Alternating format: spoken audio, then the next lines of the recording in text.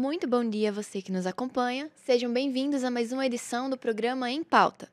A partir de agora, estamos no canal 20.1 do Sinal Aberto, no canal 23.1 da TCM, pelo YouTube através do endereço youtube.com/UERN-TV e na Rádio Obelisco pelo canal 90.9 de Pau dos Ferros.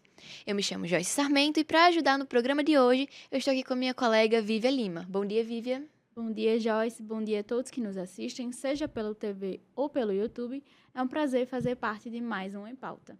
E no programa de hoje nós trazemos um assunto muito pertinente para a nossa sociedade agora do período contemporâneo. Vamos falar sobre autodiagnóstico e redes sociais, que são novas dinâmicas que gerem o diagnóstico em saúde mental. E para falar sobre esse tema, nós recebemos Geilne Queiroz, ela que é médica psiquiatra. Bom dia, Geilne, obrigada pela presença. Bom dia, meninas. Muito obrigada pelo convite. Muito bem. Então, Geilne, para a gente começar aqui essa discussão sobre o autodiagnóstico, é importante também a gente falar sobre quais são os processos que estão dentro de um diagnóstico sobre saúde mental, essa parte mais clínica. Pronto, o diagnóstico em saúde mental é um diagnóstico eminentemente clínico, diferente de outros diagnósticos na medicina, que a gente pode lançar mão de exames para fazer, para fechar. A gente até pede exames na psiquiatria, exames laboratoriais, exames de imagem, mas para descartar outras causas. Então, o diagnóstico é eminentemente clínico, feito através de uma entrevista detalhada dos sintomas que o paciente apresenta, desde quando iniciou até o presente momento, e que repercussões, que prejuízos, que nível de sofrimento, até que ponto aquilo está atrapalhando a vida dele. Isso, Geilne. E aí, quais profissionais são habilitados, para fazer esse tipo de diagnóstico?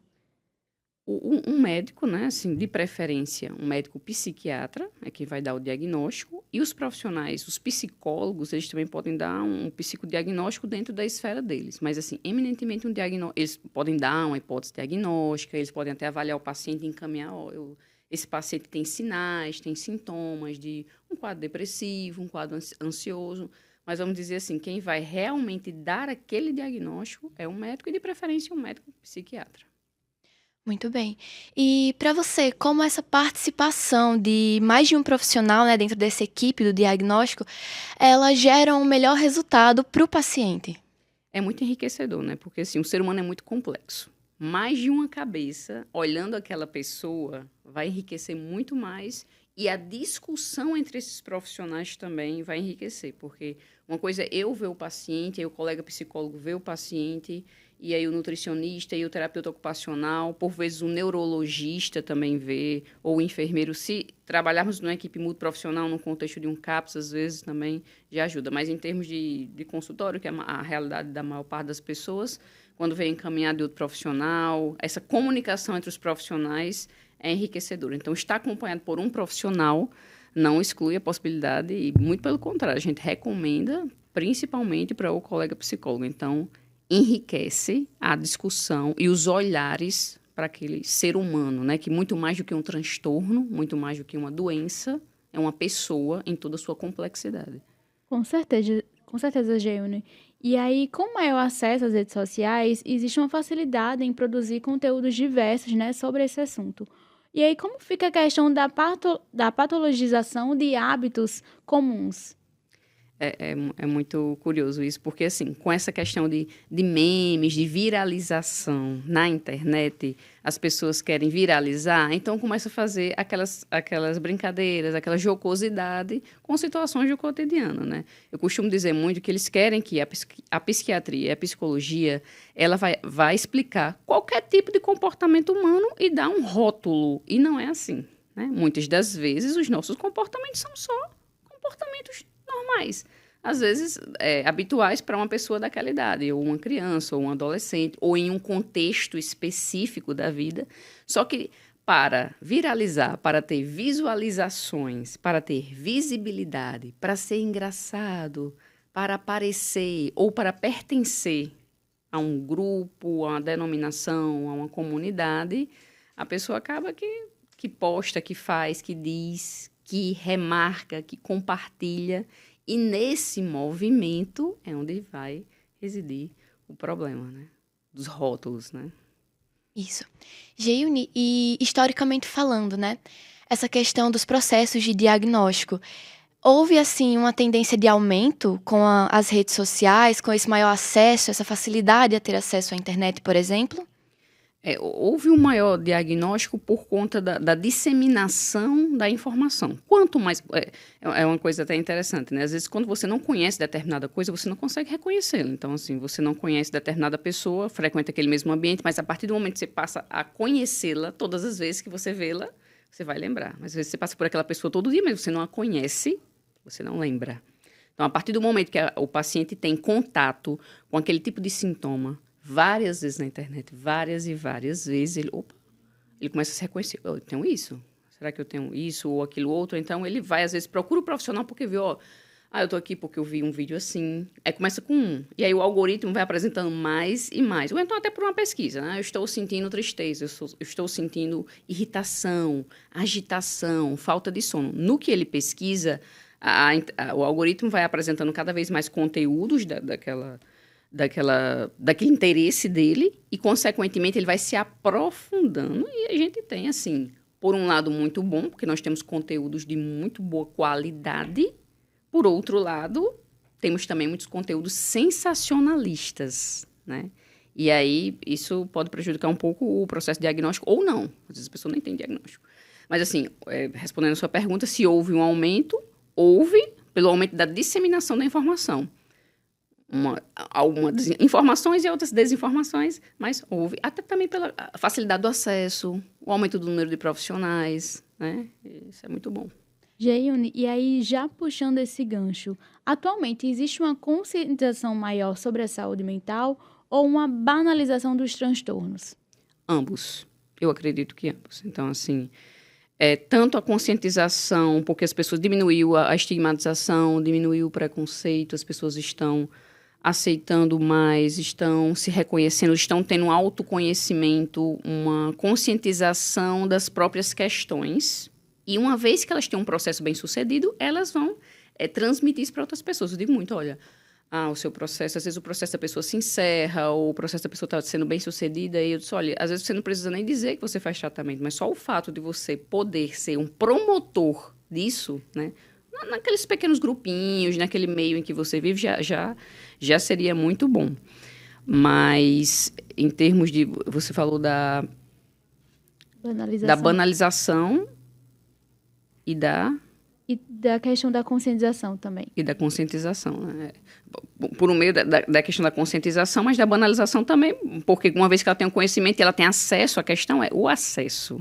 O acesso à rede social possibilitou, que bom, que muitas pessoas possam falar o que quiser. Uma vez que elas falam o que quer, pode falar uma coisa que pode beneficiar umas pessoas e pode não beneficiar outras. Mas, assim, a gente tem que saber usar. É uma arma muito poderosa, mas a gente tem que saber usar. Então, é um meio termo, como você disse. Isso foi bom ou ruim? É uma faca de dois gumes para as duas partes. Sim. E a gente entra numa parte muito interessante do debate, porque é justamente isso, se não houver um equilíbrio e principalmente uma conscientização por parte dos internautas, dos criadores de conteúdo também, eu acho que é algo que realmente talvez já até tenda um pouco aí para o lado mais negativo. A gente vê que existem muitos criadores de conteúdo por aí que fazem, por exemplo, aquelas dinâmicas chamadas as trends, né? Abaixe um dedo se você tem tal sintoma de alguma coisa. Se você baixou mais de 5 dedos, então talvez você tenha tal doença. E algo assim, deliberado, sem restrição de idade, sem restrição de público. Exato. E a gente sabe que muita gente que assiste muitas vezes não vai procurar um parecer médico, um parecer mais correto, científico da coisa. Realmente fica por aquilo mesmo, mas com outra percepção de si e dos seus hábitos. É bem complicado. Exatamente. Às vezes fica mais pela rotulação mesmo, rotulação de si e dos outros, né? Que acaba que, quem está usando tal remédio? No grupinho, né? O meu TDAH, a minha depressão, a minha bipolaridade. A questão é a banalização de termos. Houve uma banalização de termos, o que às vezes dificulta a questão do diagnóstico. A pessoa já chega com um termo. A pessoa é organizada, necessariamente ela tem TOC. A pessoa é esquecida, necessariamente ela tem TDAH. A pessoa está triste por um motivo ou outro, necessariamente ela é depressiva ou deprimida. Não é assim. Uma coisa não quer dizer a outra. O problema é que quando ele rotula e chega para mim dizendo, eu tenho ansiedade. Porque a minha ansiedade... Peraí, um minutinho. O que é essa ansiedade que você está falando? Me descreva, me detalhe. Porque eu acho que eu sou bipolar. Às vezes a pessoa tem uma instabilidade de humor. Eu sou bipolar, hoje eu acordei assim. Não, peraí, vamos aqui. Descreva. Bipolar, mas por quê? Você está usando esse termo, mas me descreva. Eu estou sentindo uma angústia. O que é angústia para você? Então, às vezes eu tenho que pedir para o paciente esmiuçar, que ele pega aquele termo que algum influenciador, algum produtor de conteúdo, às vezes, que não colocou de forma da mais adequada possível. Nem todas as pessoas têm um nível de consciência de receber aquela informação, às vezes fragilizada, às vezes já sensibilizada por alguma condição, pega aquilo e pronto, fica só com aquilo, né? Como você disse, fica anos e anos ali só se escondendo. Não vou, o que é que as pessoas vão dizer? Isso pode, como você disse, pode tender um pouco mais para o lado negativo do que para o positivo.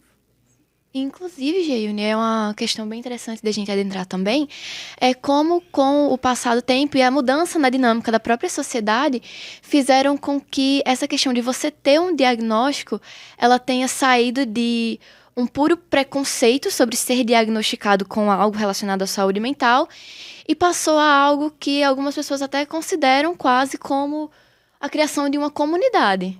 Tipo assim, algo que você fala pra quebrar o gelo numa conversa, de uma forma totalmente, assim, desproposital e sem peso. Como é que você enxerga essa mudança em ter um diagnóstico?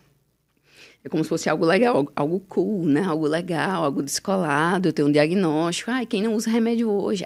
Quem não tem um diagnóstico hoje? Então, assim, é como eu estou dizendo, colocou um peso. Muitas pessoas se sentem, inclusive, ofendidas, né? Quando vem um tipo de brincadeira dessas, assim.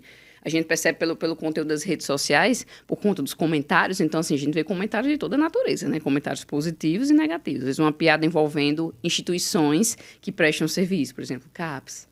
Às vezes é muito comum a gente ter assim, situações às vezes desconfortáveis com alguns tipos de conteúdos que são propagados. Então, assim, é um misto. A gente não sabe até onde isso vai parar. Para algumas pessoas, pode não ter impacto algum. Elas vão seguir a vida delas, seguir o tratamento delas, procurar o profissional delas, vão consumir aquele conteúdo e aquilo não vai impactar. Já outras podem se sentir um pouco ofendidas, e já outras não, vão ficar aquilo só a nível de brincadeira mesmo, de diversão, de pertencimento. Eu sou TDAH, e você é o quê? Eu sou ansioso. E você é o quê? Eu sou depressivo, sou do grupo dos depressivos. Aí fica uma coisa assim que foge um pouco dessa... Que é uma questão séria, minha gente, né? Vamos combinar que é uma questão séria, pode trazer repercussões imensas para a vida dos indivíduos, né? Então, é complicado, é muito complexo, porque cada pessoa vai interpretar de uma forma e os rumos que aquilo vai tomar, a gente não sabe. Sim, Geiune. E aí, o que é que pode ser feito quanto a isso?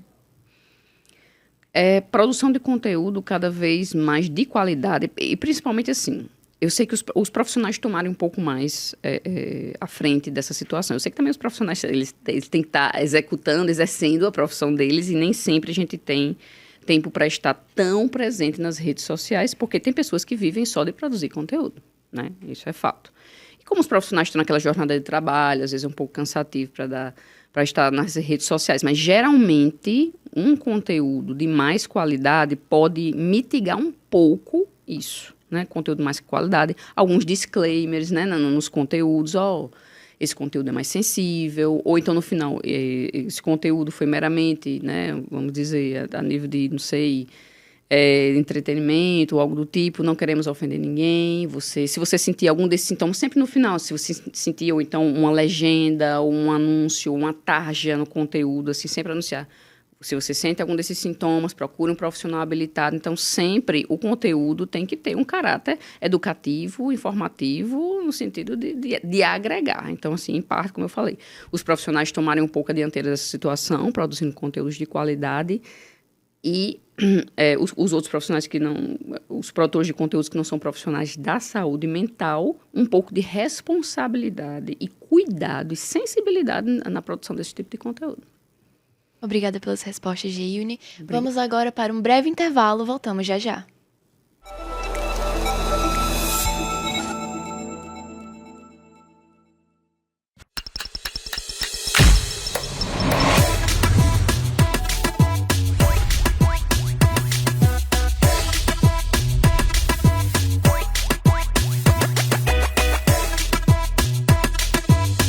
Cultura e toda a diversidade diversidade em forma de conteúdo. Agora, ainda mais, muito mais plural. Bem-vindos à nossa TV Brasil. Olha quem tá aqui. É a produção independente brasileira ocupando o espaço que merece. 2, 3 e lá vou eu! Na TV Brasil, o que é nosso ganha destaque. Você sabe falar poesia? O quê? Vamos ensinar uma pra ela. Desde uma nova programação infantil repleta de alegria, Passando por obras incríveis da nossa dramaturgia. Quem te disse isso? Eu é que bagunça. E a minha risada na maior barulheira. séries que fazem chorar e também gargalhar. Chegando o momento de questionamento. Para experimentar, perceber. Pensar em outras alternativas. A gente tem muito a aprender. Uma seleção fenomenal de conteúdo documental. Numa sociedade escravista, alguém poderia imaginar que a escravidão ia acabar, mas ela acabou. E ela acabou através de quê? De luta, resistência. Produções regionais de diversos gêneros para todas as idades. Em parceria com a Ancine, o audiovisual brasileiro ganha força via Prodave. A gente tem que encontrar formas de amplificar isso. Tudo isso e muito mais aqui na tela da gente. A gente tem muita história pra contar ainda. Porque são histórias extraordinárias mesmo. A nossa janela para a produção independente. Esse pessoal leva a poesia a sério.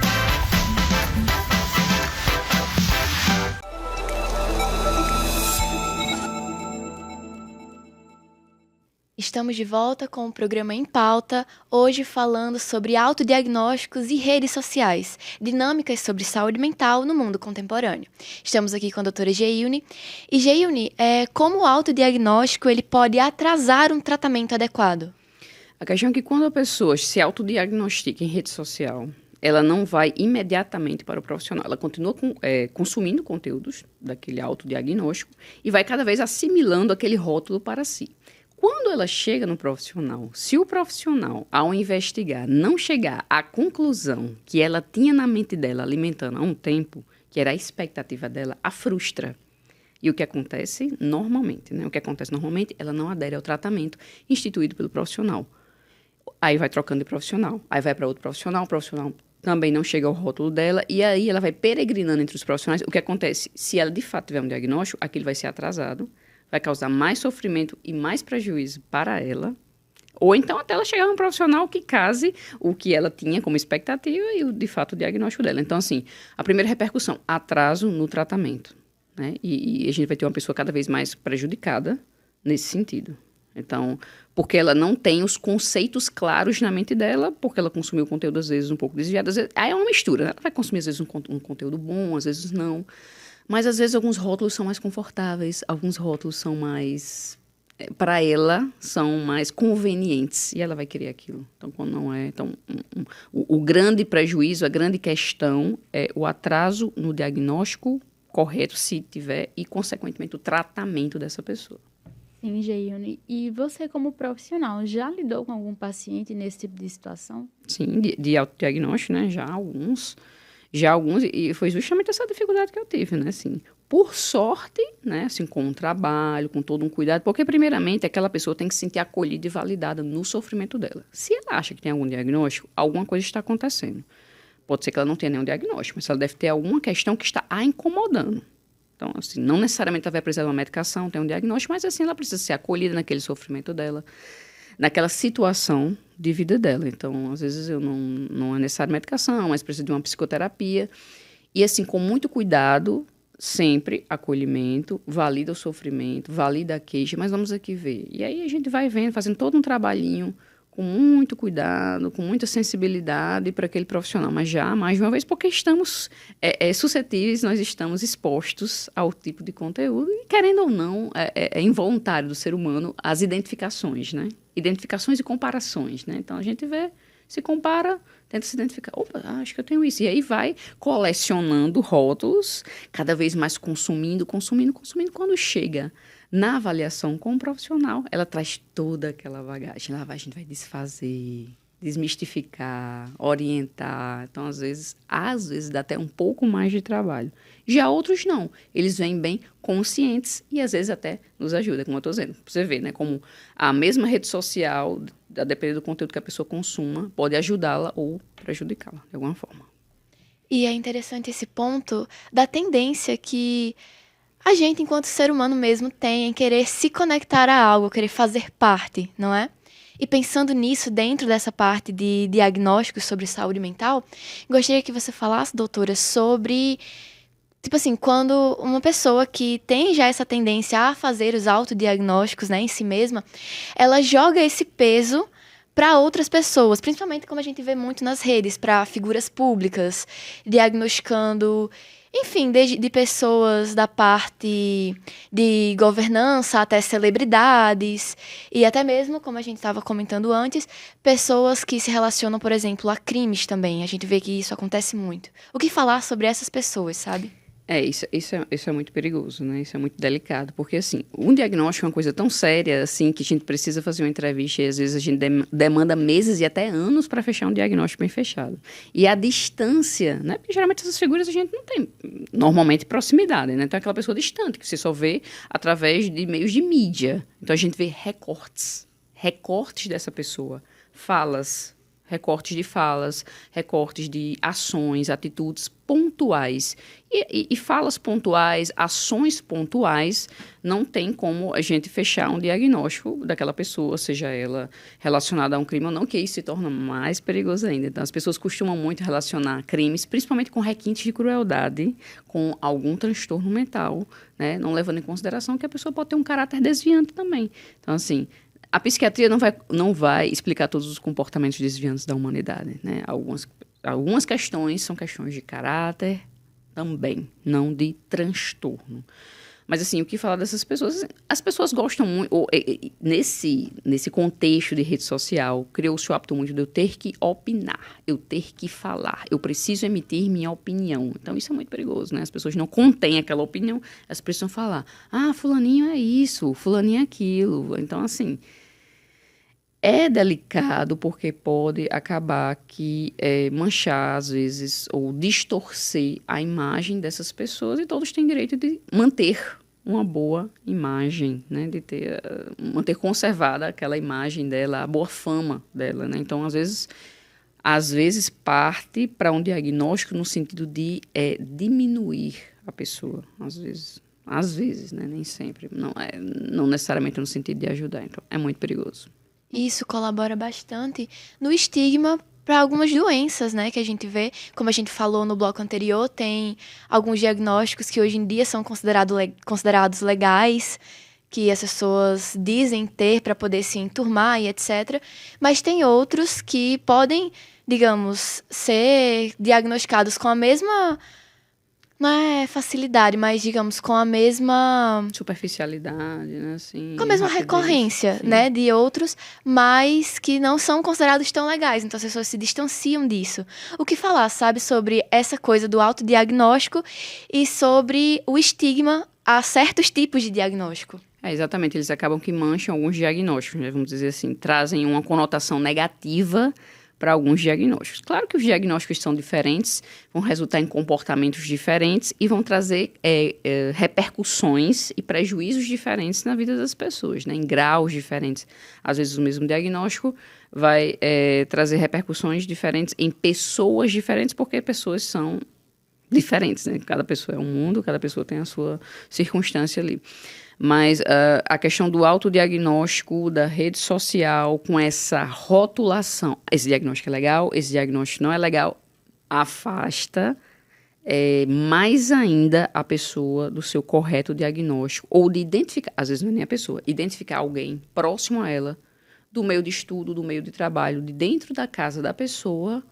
Não tem condições, você só pode... começa, vamos dizer, você é bipolar, um exemplo, que as pessoas às vezes têm alguns diagnósticos que tem uma carga já mais, que as pessoas já carregam um tom mais negativo na concepção, e aí aquilo afasta mais ainda, tudo vai convergir em quê? Afastamento da pessoa do diagnóstico, atraso do tratamento, e a pessoa pode se afundar em cada vez mais sofrimento. no final das contas, pode gerar isso. Muito bem colocado, Geiuno. E aí, dentro do contexto das redes sociais, como é que a gente consegue diferenciar conteúdos que são referenciados, né, de pessoas que, de fato, carregam uma credibilidade e têm propriedade no assunto, de conteúdos que são meramente superficiais, que são pessoas que não têm, de fato, domínio sobre o tema? Geralmente, os conteúdos, vamos dizer, de mais credibilidade, profissional, os profissionais geralmente são anunciados. Inclusive, é uma recomendação dos conselhos, normalmente, os conselhos de psicologia, os conselhos de psiquiatria, de medicina, que o profissional, ele anuncia o seu conselho, o número do conselho, enfim, para ele ser identificado, né? E, normalmente, não é via de regra, mas normalmente são os conteúdos que são mais sérios, mais comedidos, que têm um maior cuidado nesse lidar. Então, geralmente, não estou dizendo que tem produtores de conteúdos muito sérios que não são profissionais. Eles fazem um trabalho muito bom, uma investigação aprofundada, um estudo, uma pesquisa séria, né? Então, assim, tem que ver, né? Tem que ver se o conteúdo for mais para... Esse conteúdo está me levando ao quê? Está me deixando mais informado ou está me deixando mais desconfortável? É mais ou menos desse caminho. E aí, doutora, o que a rede de apoio, né, de pessoas que já têm essa tendência ao autodiagnóstico, elas podem fazer para, digamos, ajudar a pessoa a sair um pouco desse meio e se conscientizar mais? Primeiro, da mesma forma que o profissional, acolhimento. Sempre acolher. Ah, mas eu acho que tem um tal diagnóstico. O que é que a rede de apoio vai fazer? Sim, mas você está sentindo alguma coisa? A gente pode ajudar? Você está passando por alguma situação? Conte, se você tiver a vontade para contar, conte para mim. Então, primeiro acolhimento, validar o sofrimento dessa pessoa. Que se a pessoa se identificou com alguma coisa, pode ser que, de fato, ela tenha alguma coisa. Então, assim, sempre acolher, não afastar... não, você não tem nada, não. E, tipo assim, às vezes a pessoa tem. Às vezes pode não ser o que ela acha que tem, mas às vezes ela tem alguma coisa. Então, sempre validação, acolher, validar aquele sofrimento, se ele existir, acolhimento e tentar direcionar, tentar levar essa pessoa, se ela de fato precisa, uma avaliação profissional e, consequentemente, fazer um diagnóstico, né? Sair do autodiagnóstico para um verdadeiro diagnóstico. Então, acolhimento, validar o sofrimento e direcionamento para o manejo mais correto, que é a ajuda profissional. E isso também é uma questão interessante de falar sobre como tudo é uma balança, tudo é uma questão de equilíbrio, né? Entre a validação do sofrimento dessas pessoas e realmente evitar diagnósticos assim precoce. Enquanto profissional, qual a sua visão sobre essa balança, esse equilíbrio, sabe? Que tanto a rede de apoio pode fazer, quanto também essa área mais clínica, mais profissional. Em termos de rede de apoio, eu costumo dizer muito que a gente está um pouco desatento do meio que nos cerca, né? Principalmente das pessoas, né? Nem tanto do meio das pessoas. A gente está muito ligado nos celulares, nas telas, nas nossas próprias demandas e esquece um pouco o entorno. Então, assim, vamos prestar um pouco mais atenção nas pessoas que nos cercam, quem está com a gente. Isso é um passo para a gente não deixar passar batido essas questões. E ao profissional, sempre respeitar, porque a forma da nossa sociedade... está posta. É assim, existe a rede social, existe o consumo de rede social, existe o consumo de conteúdo, a produção de conteúdo. Então, a gente tem que estar inserido nesse meio. É uma realidade, primeiramente. Quando a gente se aproxima da realidade, já facilita muitas coisas. É a realidade, a gente tem que trabalhar com ela e com paciência orientar as pessoas. Tanto se for de rede de apoio como profissional. Paciência, acolhimento e sensibilidade. Doutora Geiuno, e aí qual orientação você daria aos jovens, né, que estão ali predominantemente dentro do contexto das redes sociais e ou fazem autodiagnóstico ou fazem diagnóstico das pessoas também? Que elas tenham, em relação às outras pessoas, que elas tenham um pouco de cuidado e empatia, né? Porque às vezes um rótulo para alguém pode não ser muita coisa, mas para outra pessoa pode ser muito danoso, né? Pode causar muito mal àquela pessoa. A gente tem que ter sensibilidade, sempre se pôr no lugar do outro. Será que eu, no lugar dessa pessoa, gostaria de receber esse rótulo? Ou será que eu gostaria de receber um acolhimento, uma palavra, às vezes mais no privado, mais ali, só ela, só com ela, e ter essa orientação? Entendeu? Muito obrigada, doutora Geiuno. Estamos chegando aqui no final do nosso programa, com muita satisfação, porque foi um bate-papo muito produtivo. Muito obrigada pela sua presença e contribuição. Gostaria de agradecer também a Joyce e a presença da nossa convidada. Com certeza foi uma conversa muito enriquecedora.